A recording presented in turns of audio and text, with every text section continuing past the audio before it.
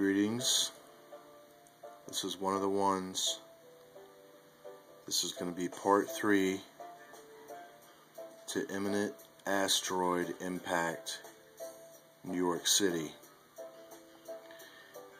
And I have some more interesting points of view, some more confirmation from Scripture, and I'd like to first read you something from Isaiah chapter 47, 11 through 14.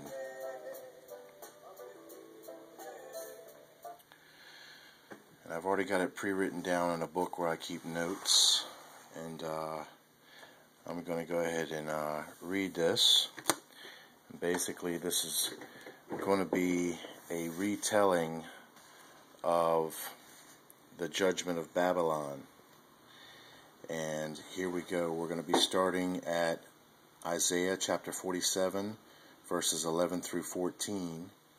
And this is going to have, in my opinion, everything to do with the millstone from Revelation 18, verse 20, which is the second cup.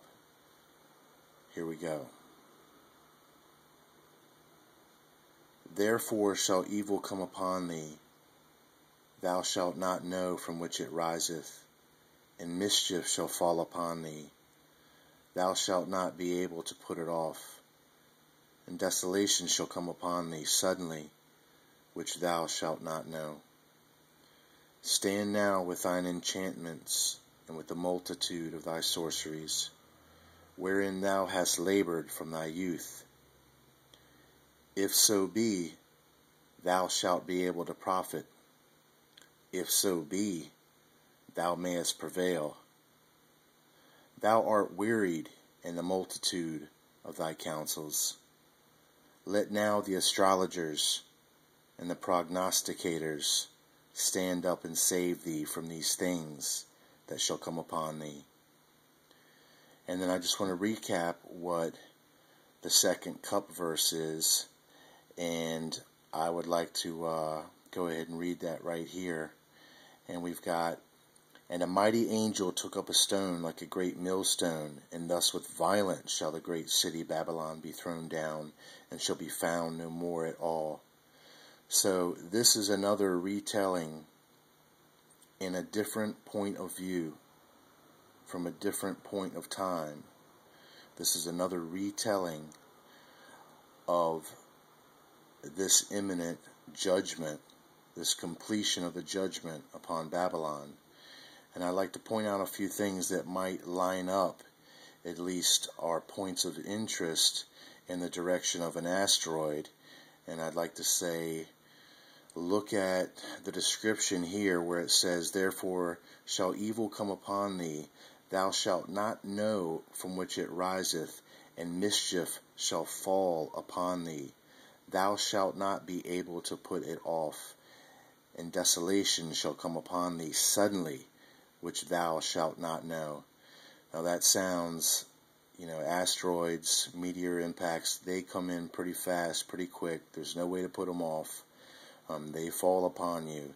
And that's a pretty close resemblance in my mind to something of that caliber. And then we're going to look at basically who the wearied councils are. And the councils are listed as astrologers and prognosticators. And you might want to define the astrologers more better as stargazers, and the prognosticators as future tellers or forecasters. And you might want to think something like NORAD. And the astrologers being the stargazers, those are the astronomers that are looking at this thing. So given that information, I want to turn here to something else. And I'm going to direct your attention to another verse in Ecclesiastes chapter 12, verse 5. And I believe that this is related to the events that we just talked about. And it says, also when they shall be afraid of that which is high, and fears shall be in the way, and the almond tree shall flourish, and the grasshopper shall be a burden, and desire shall fail, because man goeth to his long home, and the mourners go about the streets. All right, well, it says, when they shall be afraid of that which is high.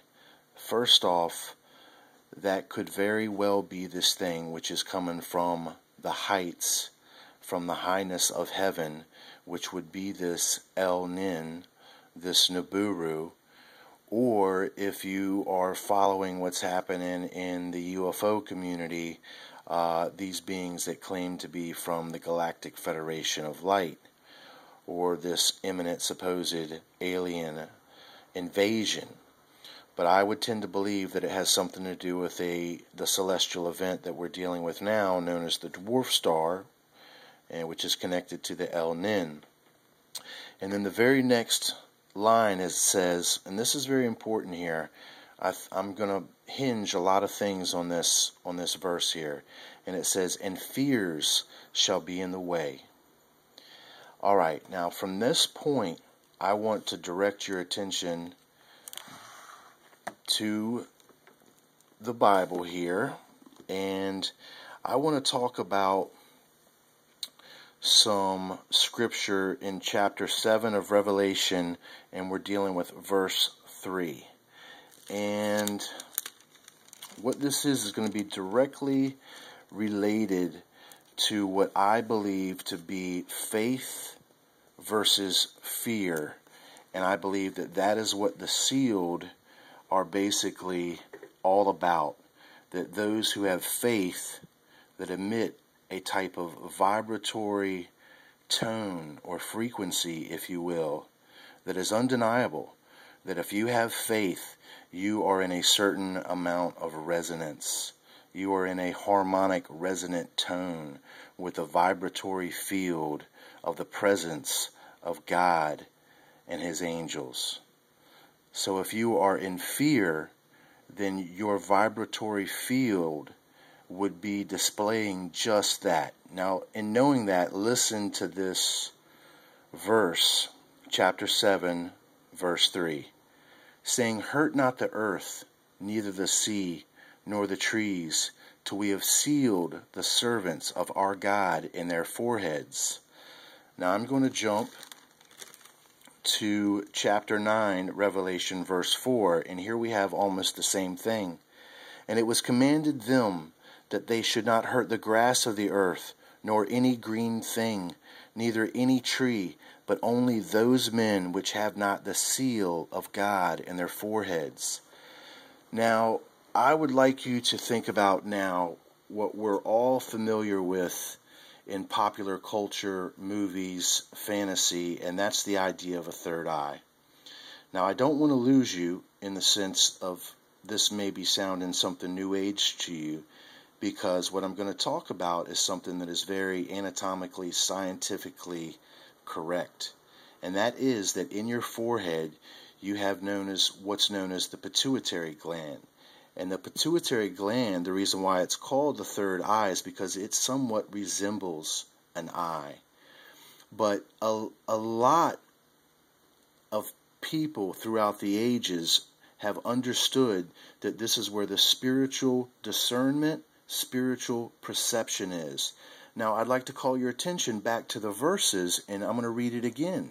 And it was commanded them that they should not hurt not the grass of the earth, neither any green thing, neither any tree, but only those men which have not the seal of God in their foreheads. Now, I'm going to state that this is a faith vibration, my friends, and it has everything to do with the number 144,000. And I believe that the 144,000, the number of those sealed from the tribes of Israel, is masking the identity of the true understanding, which is it is 144,000 megahertz of vibrational frequency that will be what is known as the seal. And when you emit this faith frequency, that is what, in a sense, the angels of the Lord will know you over those who are not sealed and those who are in fear. Or whoever these that have been commanded, those that come out the pit like the locust, who have been ordered to hurt men for 5 months, well, they hurt all those who are not sealed. So I just want you to think about that, because it's quite interesting.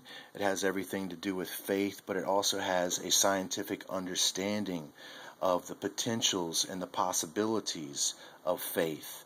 So that is going to be it for this one. Thank you. Thank you for listening.